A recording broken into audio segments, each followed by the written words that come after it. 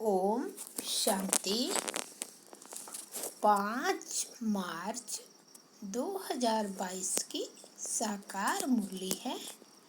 मीठे बच्चे, बाप से तुम्हें सुमत मिली है। तुम्हारी बुद्धि का ताला खुला है, इसलिए तुम्हारा कर्तव्य है सबको अपनी बुद्धि का सहयोग देना।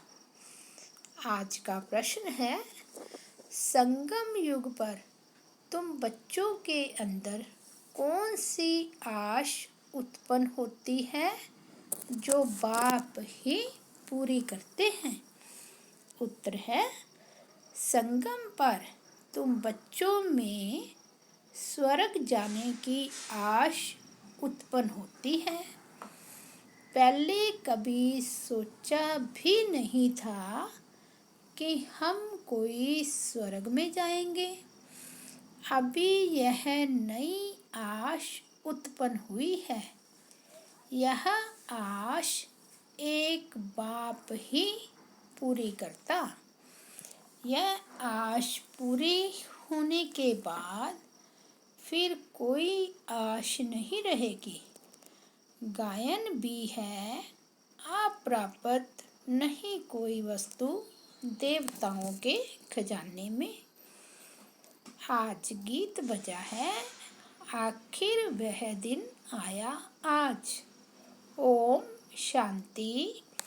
सभी भक्तों के लिए जरूर कोई दिन आना है। सब भगवान को ही याद करते हैं। बाकी सभी हैं सीताएं, भगतियाँ, सभी दुखी हैं। याद करते करते आखिर वह दिन आता है जबकि बाप आकर हाथ पकड़ते हैं। उनको खवैया, बागवान, पतित पावन भी कहा जाता है। अब बच्चे जानते हैं हमने एक का हाथ पकड़ा है। नास्तिक से आस्तिक बने हैं। बाप ने बच्चों को अपना परिचय दे अपना बनाया है, वर्षा देने के लिए। बाप से ही वर्षा मिलता है ना। अब यह है बेहद का बाप, परम पिता। इसलिए सब बच्चे जो भगत हैं वह सब उनको याद करते हैं, परंतु यह बात भक्त नहीं समझते। कितना धूमधाम से बाजे गाजे बजाते तीर्थों पर जाते हैं, कुंभ के मेले लगते हैं, वेद शास्त्र आदि पढ़ते हैं। यह सब है भक्ति मार्ग की सामग्री। इसलिए भगवान को याद करते हैं कि वह आकर इस दुर्गति से छुड़ाए। पुकारते रहते हैं, परंतु बाप का किसको पता नहीं। जिसको बाप का पता न हो वह जैसे बच्चा ही नहीं। बाप को न जानने कारण, नास्तिक बनने कारण दुख ही दुख है। बाप का बच्चा बनने से सदा सुख ही सुख है। बाप है स्वर्ग का रचयिता। वहाँ सभी तो नहीं चलेंगे, लिमिटेड नंबर ही आएंगे बाप से वर्षा लेने। बाकी सब धर्म वाले मुक्ति का वर्षा लेने आते हैं। लेना सबको बाप से ही है। बाप कहते हैं, अभी मैं तुमको सहज से सहज बात समझाता हूँ। बस मुझ अपने बाप को याद करो। और यह बाप ही समझाते हैं कि 5,000 वर्ष पहले भी तुम मिले थे। हर 5,000 वर्ष के बाद मिलते रहेंगे। अपने लिए तो जैसे पुरानी बात है। कलब कलब तुम राज्य गवाते हो, फिर पाते हो। 84 जन्म तुम ही लेते हो। यह है बहुत जन्मों के अंत का जन्म। तुम समझते हो हम पहले क्षीर सागर में थे, फिर आकर विषय सागर में फंसे हैं। क्षीर सागर व विषय सागर कोई है नहीं, परंतु पावन थे। फिर माया रावण ने पतित बनाया, अब फिर बाप पावन बनाने आए हैं। गीत में भी कहते हैं, आखिर वह दिन आया आज। भक्ति मार्ग में तुमको कोई यह आश नहीं थी कि हम स्वर्ग के मालिक बने। यह बात तो बुद्धि में थी ही नहीं। यह बाबा भी बहुत गीता पढ़ते थे, सुनते थे, परंतु यह आश नहीं थी कि हम राजयोग सीख नर से नारायण बनेंगे। तो अन्यास ही बाप ने आकर प्रवेश किया। बाबा कहते हैं, मैं अब तुम्हारी स्वर्ग की आश पूर्ण करने आया हूँ। अब स्वर्ग में चलने की आश बुद्धि में धारण करो। स्वर्ग का रचयिता है बाप। वह बहुत सहज रीति बैठ समझाते हैं। हाँ, काम महाशत्रु है, यह तो सन्यासी भी कहते हैं। इसलिए घर पर छोड़ देते हैं। वे तो हुई एक दो की बात। उनका निर्वृत्ति मार्ग का पाठ ड्रामा में है तो वह भी भगत गॉड फादर कहते हैं, लेकिन वह कौन है यह नहीं जानते। फिर कहते हैं, भज राधे गोविंद। किसको भजे? कृष्ण का नाम फिर गोविंद रख दिया है। जो सुना है वह लिख दिया है। भला गोविंद किसको कहें? गौओं को चराने वाला, मुरली सुनाने वाला तो एक बाप ही है भी ह्यूमन गऊ की बात। आगे तुम भी कुछ नहीं समझते थे, अभी बाप ने आकर सुमत दी है। माया रावण कुमत देते हैं, बाप सुमत देते हैं। सुमत है शिव बाबा की, कुमत है रावण की। सुमत माना श्रीमत, कुमत माना झूठी मत। अभी तुम कंट्रास्ट को जानते हो। हम झूठी मत पर थे, स्वर्ग की आश तो थी नहीं। अभी बाप ने नई आश प्रकट की है। वहाँ कोई अप्राप्त वस्तु होती नहीं जिसके लिए माथा मारना पड़े। अब तुम सबकी नई आश है।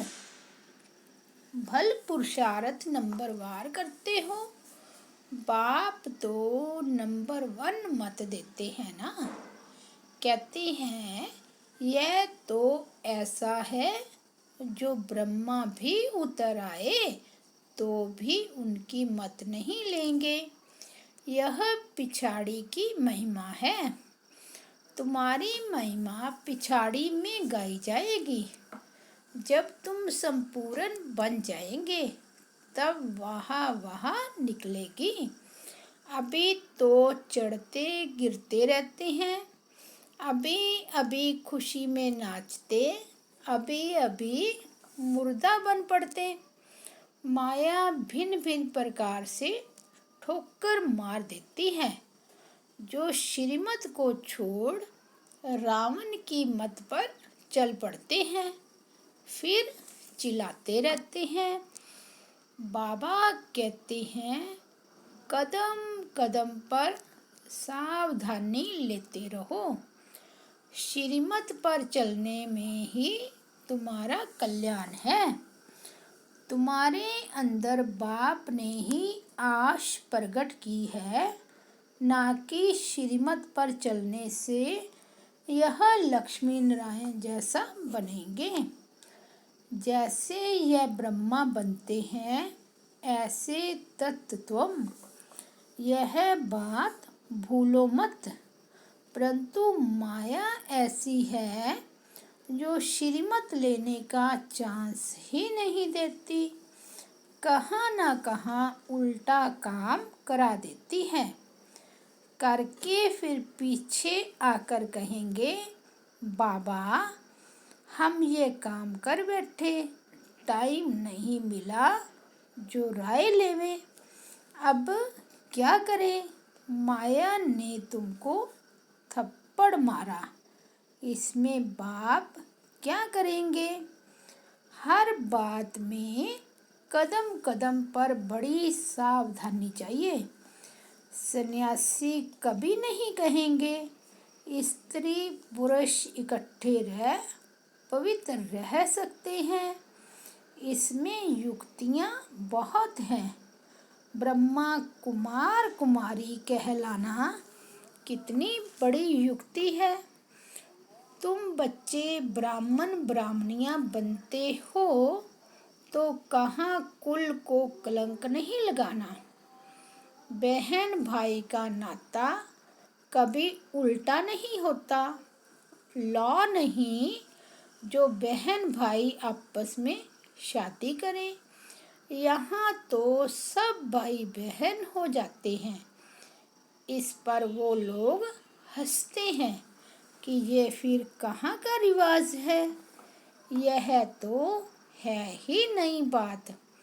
ऐसी राय कभी कोई दे ना सके।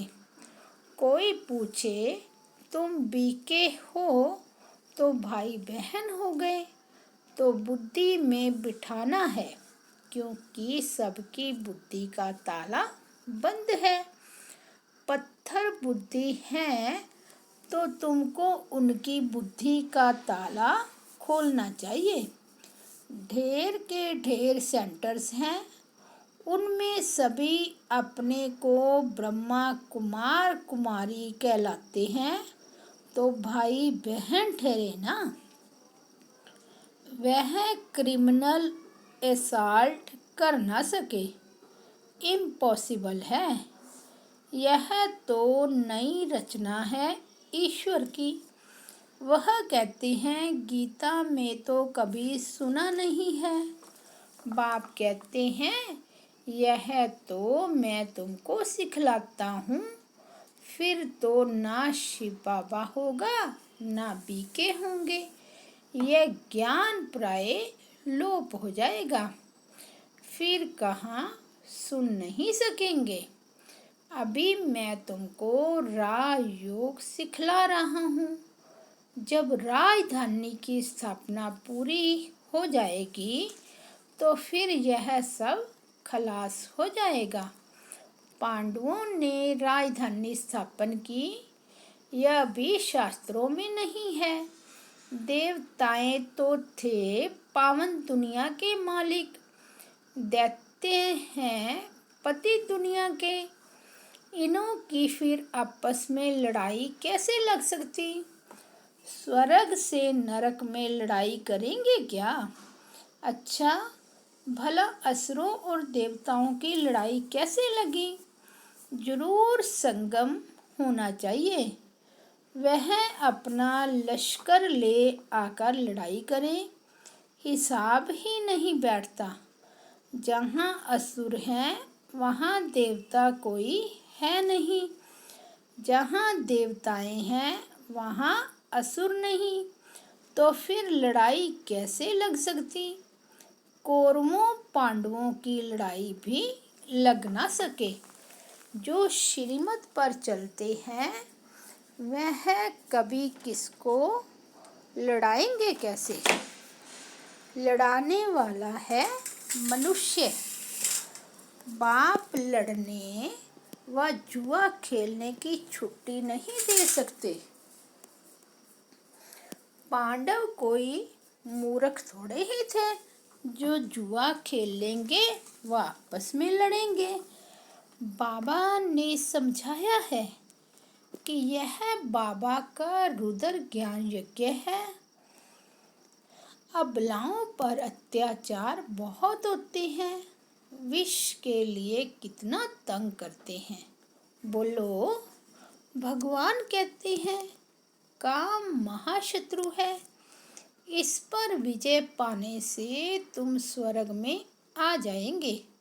ऐसे ऐसे समझाने से बहुत जीत भी पाते हैं। फिर उनको देवी कह पूजते हैं।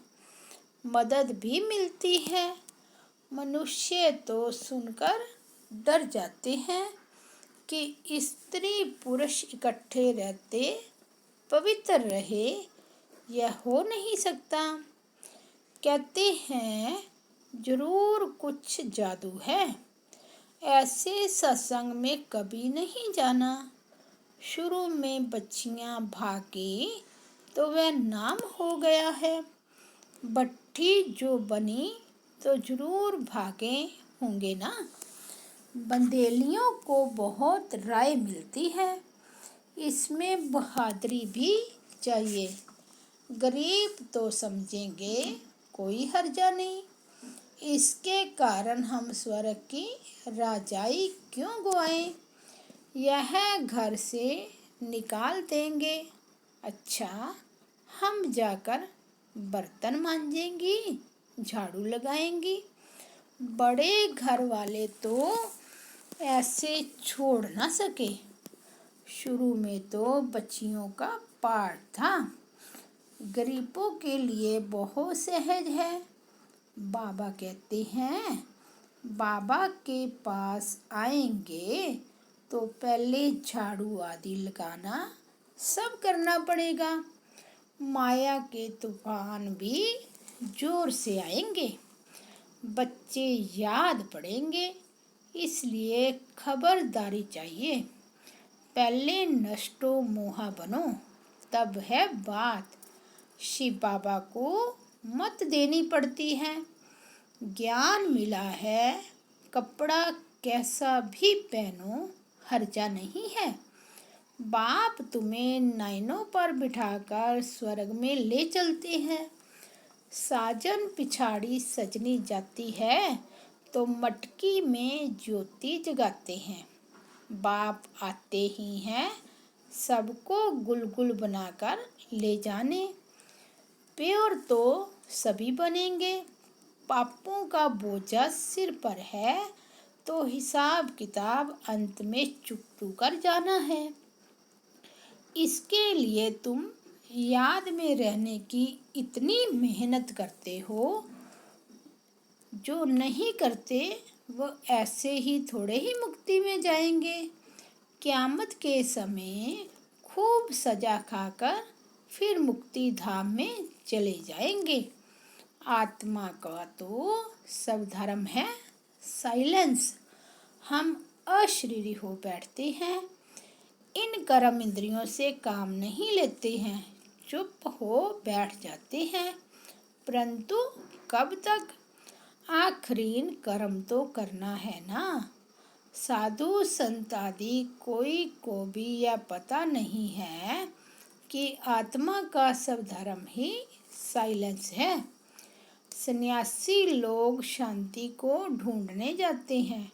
बाबा कहते हैं शांति तो तुम्हारे गले का हार है। फिर हम जंगल में क्यों जाए। हम कर्म योगी हैं।